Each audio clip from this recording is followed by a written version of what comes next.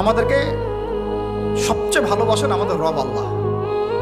সত্যিকারের ভালোবাসার ডেফিনেশনটা হচ্ছে যে আপনি নিঃস্বার্থভাবে কাউকে ভালোবাসেন।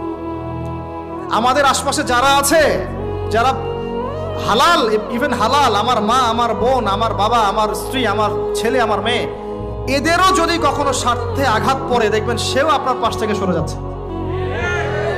এমন হয়নি কখনো?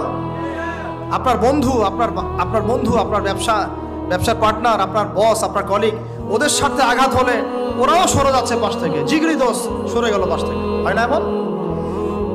ভালোবাসা দুই প্রকার। বলেন কয় প্রকার? আমার সাথে বলেন, এখানে শেষ করে দিব 10টা মিনিট। ভালোবাসা কয় প্রকার? একটা হচ্ছে নিঃস্বার্থ ভালোবাসা। কি স্বার্থ? কোনো স্বার্থ নাই, নিঃস্বার্থভাবে ভালোবাসা। একটা হচ্ছে কোনো না কোনো স্বার্থ জড়িত আছে এমন ভালোবাসা। আপনার স্ত্রীর চাহিদাও যদি আপনি পূরণ করতে ব্যর্থ হন, দেখবেন স্ত্রীর সাথে আপনার গন্ডগোল লেগে যাচ্ছে, যদিও সে হালাল বৈধ, তাই না? এমন হয় না অনেক সময়? আমি তো অনেকদিন বলেছি, অনেকদিন আগেও বলেছি, 5 বছর 6 বছর আগে, যে মানুষ আসলেই মানুষের অবস্থানকে মূল্যায়ন করে। ভিতর থেকে মানুষকে শুধু মূল্যায়ন করে আল্লাহ রাব্বুল আলামিন। না হলে কি হতো?